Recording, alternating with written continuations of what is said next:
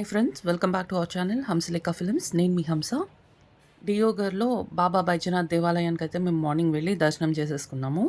మేము దిగిన హోటల్లో మాకు బ్రేక్ఫాస్ట్ కాంప్లిమెంటరీ ఉంది కాబట్టి మేము కొంచెం రిఫ్రెష్ అయిపోయి వచ్చి బ్రేక్ఫాస్ట్ తిని ఇంకా బయలుదేరదాం అనుకుంటున్నాము. ఎందుకంటే ఇక్కడ ఉన్నా కూడా లాభం లేదు, ఏం చూడ్డానికైతే లేదు, ఫుల్ వర్షం వస్తుంది. సెకండ్ థింగ్ వచ్చి టెంపుల్ అంతా ఫుల్ రష్ ఉంది ఈ శ్రావణ మాసం వలన. కాబట్టి ఈసారి అయితే మేము బయలుదేరిపోతున్నాం. దర్శనం అయితే స్వామి బాగా ఇచ్చారు మాకు. చిల్లా అంట, శనగపిండితో చేస్తారు.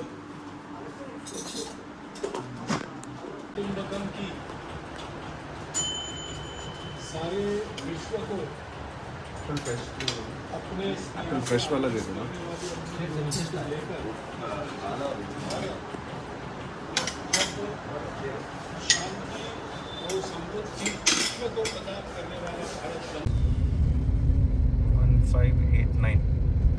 ఓకే, 1589కి స్టార్ట్ అయ్యాం.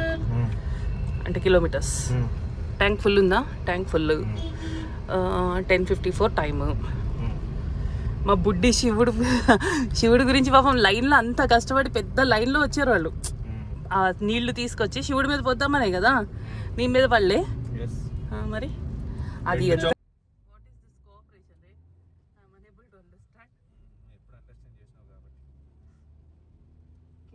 మా సంతోష్ అయితే చాలా డిస్టర్బ్డ్గా ఉన్నాడు.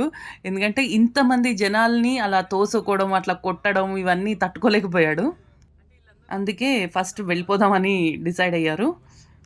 మేమైతే వచ్చినప్పుడు ఎలా వచ్చామో అలాగే వెళ్దాం అనుకున్నాం. అంటే ఈరోజు సంబల్పూర్ వెళ్ళి రేపు సంబల్పూర్ నుంచి హైదరాబాద్ చేరుకుందాం అనుకున్నాము. కానీ ప్లాన్లో చిన్న చేంజ్. మా సంతోష్కి ఆ భక్తులందరూ అంత కష్టపడి నడిచి వచ్చిన తర్వాత వాళ్ళకి అక్కడ ఒక్క సెకండ్ కూడా ఛాన్స్ ఇవ్వట్లేదు దేవుని చూడ్డానికి. మళ్ళీ వాళ్ళని గొర్రెలు బాదున్నట్టు బాదుతున్నారు కదా, ఇది తట్టుకోలేక మనసంతా చాలా డిఫరెంట్గా అయిపోయిందట. కాబట్టి రాంచీ వెళ్ళి అక్కడ సెటిల్ అవుదాము ఫస్ట్. ఈరోజు అయితే రాంచీలో స్టే చేద్దామని చెప్పాడు.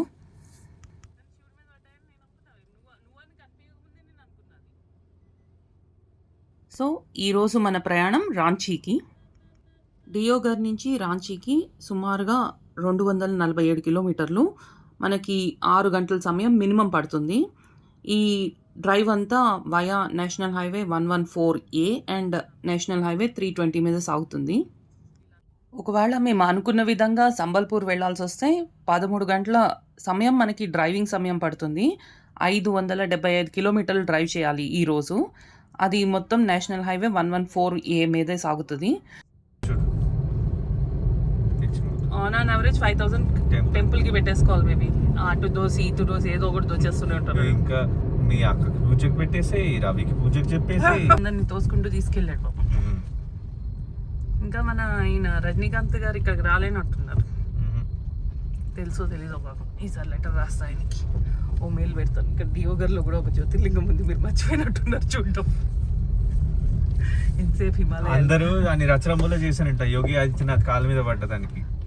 అయితే నేను ఈయననే కాదండి, ఏ సాధువు ఉన్నా కానీ నేను కాళ్ళ మీద పడతాను, అది నాకు నా ఇది అది చెప్పాను. నేను సాధువు అని పడ్డాడని. మామూలుగా వేరే వాళ్ళకి ఎప్పుడు పెట్టడం చూడలే నేను. సాధు అంటే 100% పెడతాడు, ఎందుకంటే ముందే అతనికి అది ట్రెడిషనల్ అని ఏమంటారు, అది భక్తి ఎక్కువ, డివోషన్. అతను సాధు. అసలు యోగి కూడా పెట్టినివాడు బేబీ ఎవరిని. ఈయన ఒప్పుకున్నాడు. ఎవడైనా పెడుతుంటే ఇట్లా దూరం నుంచే నో నో అనుకుంటూ వచ్చేస్తాడు అతను. ఎందుకంటే వాళ్ళు పొలిటికల్ గా సీఎం అని పెడుతున్నారన్న ఫీలింగ్ తోనే ఏమో దూరమే పెడతాడు. ఇతను రజనీకాంత్ పడినప్పుడు ఏం అనలేదు పాపం. దూరం నుంచి ఇట్లా అంటే చేతుల పైనుంచే ఓకే ఓకే అన్నట్టు పెట్టాడు.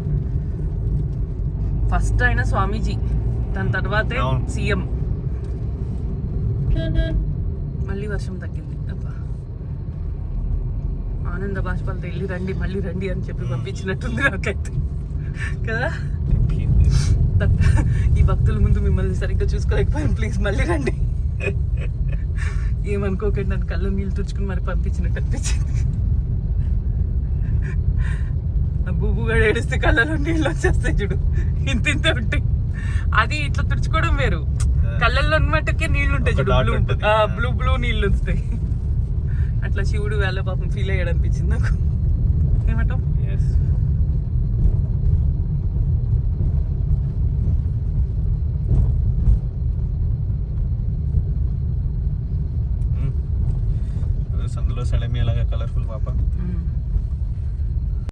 మా సంతోష్‌నైతే ఓదార్పు యాత్ర చేస్తున్నాను. ఎందుకంటే పాపం చాలా అంటే చాలా డిస్టర్బ్ అయ్యాడు. ఆ భక్తులందరూ అట్లా కష్టపడి వస్తే కనీసం ఒక్క మినిట్ కూడా దేవుడిని సరిగ్గా చూడనీయట్లేదు. ప్లస్ మళ్ళీ ఆ జంతువుల్ని బాదినట్టు బాదుతున్నారు. ఇవన్నీ తట్టుకోలేకపోయాడు అసలు నిజంగా. "क्या जाता उसमें कर लो" అన్నాడు. "क्या जाता ఏంది ఫిర్ మళ్ళీ గావ్ వెళ్ళాలి నాయనా, మళ్ళీ ఇక్కడే ఉండమంటావా అందాం అనుకున్నాను. అయితే ఏలేలో 3000 జాకే దేదో అంట. తీసుకోమని తెలుసు వాళ్ళకి. ఎంత నాటకాలు చేస్తారో వీళ్ళందరూ. ఎందుకు తెలుసా, వీళ్ళు ఈ టైంలో, ఈ రష్ ఉన్న టైంలో సంపాదించేసుకుంటారు బేబీ. ఎవడం కొత్తగా నేను సంపాదించుకోవడం తప్పు అని అనట్లేదు ఒకటి. నువ్వు అంటున్నావు అన్నట్లే బేబీ, జనరల్ గా ఎక్స్ప్లెయిన్ చేస్తున్నాను నేను. ఎంత ఎంజాయ్ చేస్తూ దండం పెట్టుకుంటుంది నదికి. కూర్చోడం కూడా చూడు, హైలైట్ కూర్చుంది అసలు, నడుము ముంగిపోయినట్టు. కానీ వాడిని మెచ్చుకోవాలబ్బా, కూర్చోబెట్టి ఇద్దరు ఆడవాళ్ళని అట్లా వెళ్తున్నాడంటే. మరి అది స్పీడ్ లో వెళ్తున్నాడు.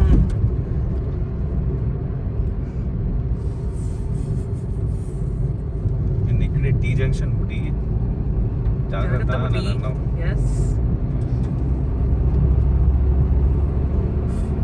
లాస్ట్ అట్లా వెళ్ళిపోయాడు, అక్కడిక్కడ వెళ్ళిపోయాడు అనుకున్నాను నేను.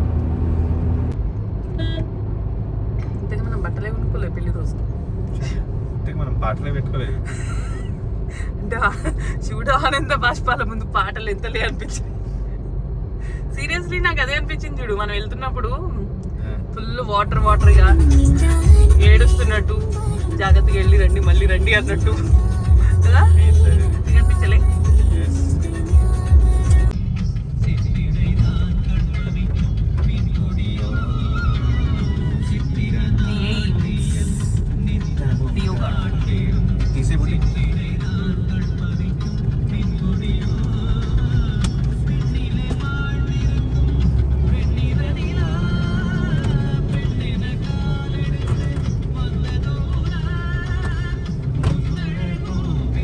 ఎయిమ్స్ అన్ని ఏరియాస్ లో ఉంటుందా ఏంటి? మరి ఇక్కడ మరి దియోగర్లో పెట్టారు. స్టేట్ కి ఒకటి పెట్టుకుంటారు బుట్టి యాక్చువల్లీ, కానీ మన దగ్గర వీడు నిమ్స్ పెట్టుకున్నాను కాబట్టి పెట్టనివ్వలేదు. ఏ వేల్పు జ్యోతి గొల్పు, ఏ వేల్పు మరు గొల్పు, ఏ వేల్పు దేన్ మల్పు రేమి గెలుపు, ఏ వేల్పు సీతమ్మ వలపు తలపుల రేపు, దాసాను దాసులకు కై.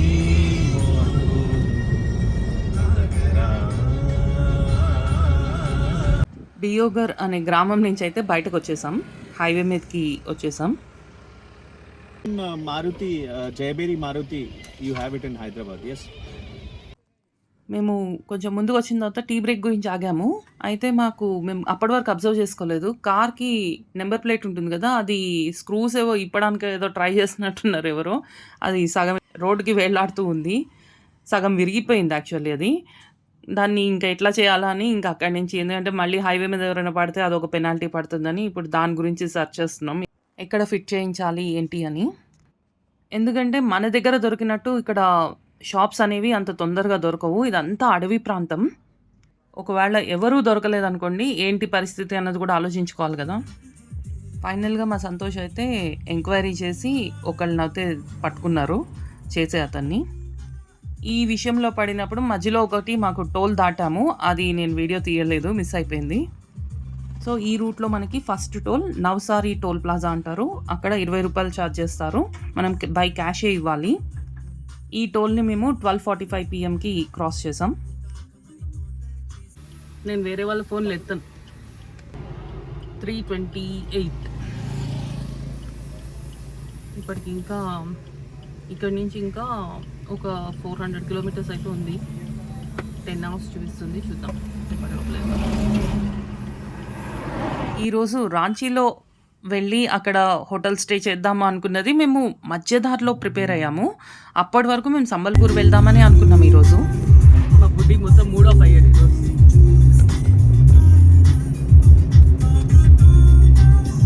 అంతేనా? మా బుడ్డికున్న యాటిట్యూడ్ పెట్టుకుంటుందప్ప. నెంబర్ ప్లేట్ ఫిక్స్ అవ్వడమే చాలా మాకు ఒక 4-5 అవర్స్ పట్టింది అది ఫిక్స్ అవ్వడానికి. ఫస్ట్ ఫెవిక్విక్ కొన్నాము, తర్వాత ఒక మనిషిని పెట్టుకున్నాము. ఇది ఇక్కడ ఫిక్స్ కాదు సార్, మీరు వేరే చోట చేయించుకోండి అని చెప్పాడు. ఏదో టెంపరరీగా ఫిట్ చేశాడు.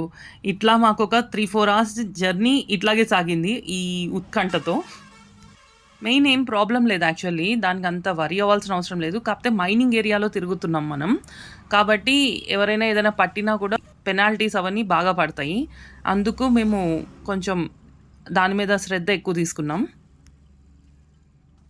కాలుతుంది అన్ని కాలుతుంది. నాకు ఈగో లేదా, మనిషిని కాదా, అన్నం తినట్లేదా? అండ్ మోర్ ఓవర్ మనం నాన్ లోకల్ కాబట్టి అందరూ మనని టార్గెట్ చేయడానికి ట్రై చేస్తారు. ఆ స్కోప్ వాళ్ళకి ఇవ్వదలుచుకోలేదు. నేను ఉదయం 11:48 నుంచి సాయంత్రం 3:45 వరకు నేనే డ్రైవ్ చేశాను. ఇప్పుడు మా సంతోష్ తీసుకున్నాడు డ్రైవింగ్. గాలి లేదని దింగు దూరం చేస్తున్నాడు. పక్కన ఎవడు ఉన్నాడు అవసరమే లేదండి.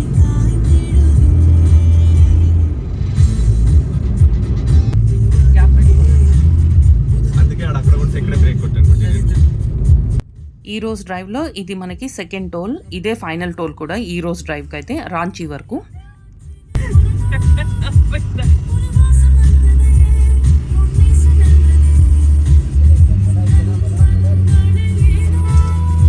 ఈ టోల్ని సోసోకుర్డ్ టోల్ ప్లాజా అని పిలుస్తారు. జార్ఖండ్లో ఉంది. ఇక్కడ 25 రూపీస్ ఛార్జ్ చేశారు. ఎందుకంటే నిన్న మేము క్రాస్ చేసాం కదా, 24 అవర్స్ వరకు ఉంటుంది కదా, సో అలా మాకు హాఫ్ రేటే పడింది. ఇక్కడ 25 రూపీసే ఛార్జ్ చేశారు. ఈ టోల్ని మేము 3:55కి క్రాస్ చేసాం సాయంత్రం. డియోగర్ నుంచి రాంచీ వెళ్ళే మార్గంలో మనకి 2 టోల్ ప్లాజాస్ వస్తాయి. ఒకటి నవసారి టోల్ ప్లాజా, 20 రూపాయలు తీసుకున్నారు అక్కడ ఫుల్ ఛార్జ్, ఎందుకంటే రూట్ మనం వేరే రూట్లో వచ్చాం కాబట్టి. రెండవది సోసోకుర్డ్ టోల్ ప్లాజా, ఇక్కడ 25 తీసుకున్నారు హాఫ్ రేట్. నిన్న ఈ టోల్ని అయితే దాటి మనం డియోగర్ వెళ్ళాం. ఈరోజు టోటల్గా టోల్స్కి మనం 45 రూపీస్ ఇచ్చాం. మేము రాంచీ అయితే చేరుకున్నాం. రాంచీలో హాలిడే హోమ్స్ అనే హోటల్లో దిగాము. మేము ఈ హోటల్కి చేరుకునేటప్పటికి సాయంత్రం 5:20 అయింది.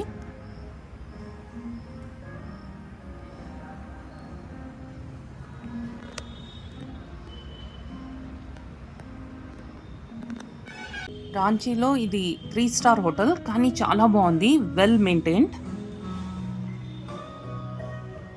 వినాయకుడు బాగున్నాడు కదా. ఏ రూమ్ మంది?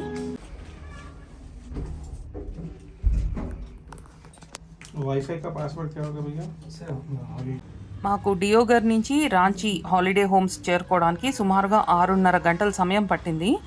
యాక్చువల్లీ ఇంకా ముందే వచ్చేయచ్చు, కాకపోతే మాకు ఆ నెంబర్ ప్లేట్ గురించి 1 to 2 అవర్స్ అక్కడ వేస్ట్ అయిపోయింది బాగా. సో అందుకని కొంచెం డిస్టర్బ్డ్గా ఉన్నామని చెప్పి ఈసారి అయితే మేము రాంచీలో దిగాము ఇప్పుడు ఇమీడియట్గా. ఇక్కడ మా ప్లాన్లో అసలు రాంచీలో మేము స్టే చేద్దామనే లేదు.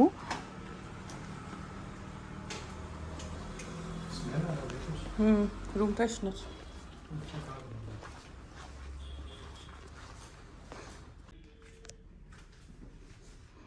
This is bathroom. బాత్రూమ్ చూడండి ఎంత పెద్దగా ఉందో. బాత్రూమ్ చాలా పెద్దగా ఉంది అట్లా. డ్రాస్లో ఏముంది?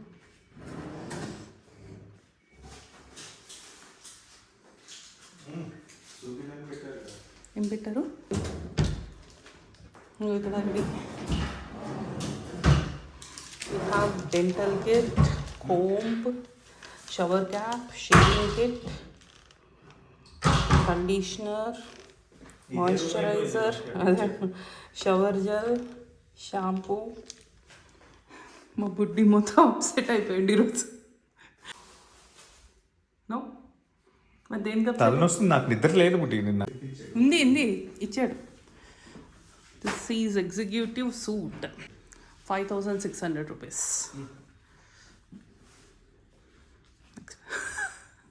మంచి పని, రాసుకోవచ్చు ఇవాళ. రాసుకోవచ్చు ఇవాళ కూర్చొని. కిందకి వెళ్ళి స్విమ్మింగ్ పూల్ అవి ఉంటే కాళ్ళ దాంట్లో పెట్టుకుని కూర్చుందాం. లేదా డబుల్ ఆక్యుపెన్సీ. రాంచీలో దిగింది బుడ్డి. Holiday home Ranchi. ఇదేంటి క్లబ్ హౌస్ టైప్ ఉంది. ఎవరిది? కాటేజెసా? సూపర్. అది కూడా ఉంది. ఎంతంట? 5,000. 5,000 ఓన్లీ. కానీ ఏం ఫెసిలిటీ ఉండదు అంత.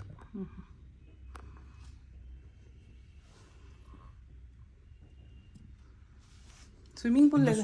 సో ఇది బాగుండే కదా chair. A chair? AC on చేస్తున్నాను. 22 సెంట్రల్ ఏసీ. ఎక్కడో సౌండ్ వస్తుంది, అది సెంట్రల్ ఏసీ. హాయ్ ఓపెన్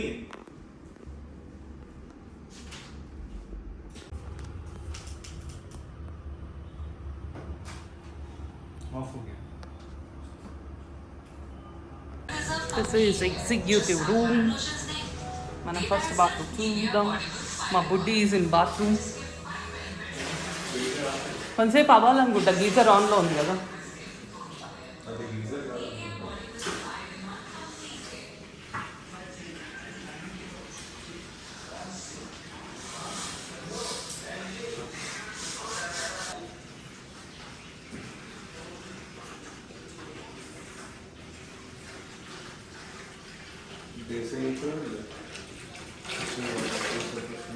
చల్లగా ఉన్నాయి water.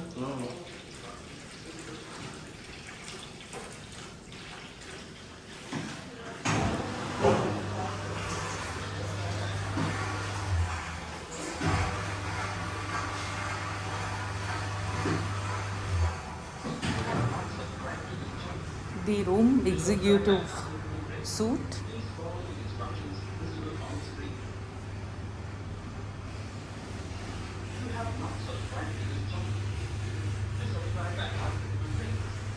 This is our bedroom. TV. ఇక్కడ ఒక ఫ్రిడ్జ్ ఇచ్చారు. This is fridge. Bar section వాళ్ళకి బాగా యూజ్ అవుతుంది. We have kettle, tea packets, coffee packets, sugar, milk powder. Okay, అతను పిల్లు. ఇక్కడ నుంచి view.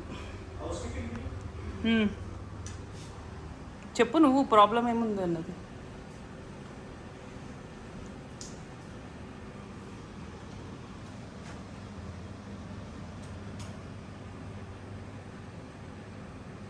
Little detail. Get access to 5,000 plus apps with Google Play Store. All on your TV. With pause, play, restart. Take have missed in the last 7 days.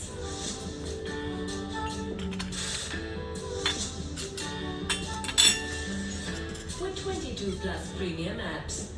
Your binge इधर sight seeing कुछ है रांची में? देखने के लिए कुछ जगह है? कैसा प्लेस देखने में? कुछ तो भी साइट सीइंग जैसा कुछ रांची का स्पेशल? रांची में हम लोग का जो यहाँ पे एक घाटी है, पतरातू घाटी, वो देखने लायक जगह है। ओके और जू पार्क है और मांझी में, ओके वहाँ जा सकते हैं। और वाटरफॉल्स में अभी तो अलाउ नहीं किया हुआ है। ओके वाटरफॉल ढेर सारा है। మా బుడ్డి ఎంజాయ్ చేస్తున్నాడు టీని.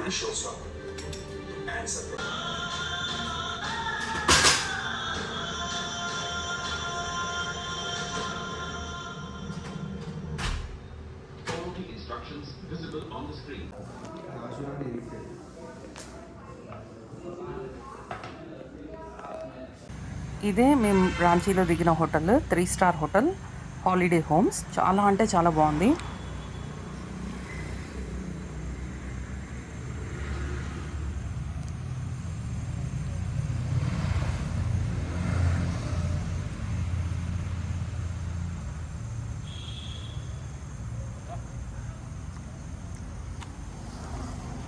అసలు మా డిస్కషన్స్ వింటుంటే మాకే నవ్వు వస్తుంది. అసలు ఒకదానికి సంబంధమే ఉండదు, ఏది పడితే అది మాట్లాడుకుంటూ ఉంటాము. ఎక్కడ లేదు నార్త్లో. ఏదో దోమలు తోముకుంటుంటారు, ఉట్టప్పుడు జనాలు వచ్చినప్పుడు ఏదో చూపించాలన్నట్టు చూపిస్తున్నట్టు ఉంది కదా. వస్తే 2 ఎంజలు వేసుకుని వెళ్ళిపో. ఆ లోపల కూడా బుడ్డు ఉన్నాయి, అది నీకు సరిపోతాయి. నేను కొంచెం సోము తెచ్చుకుని వస్తా.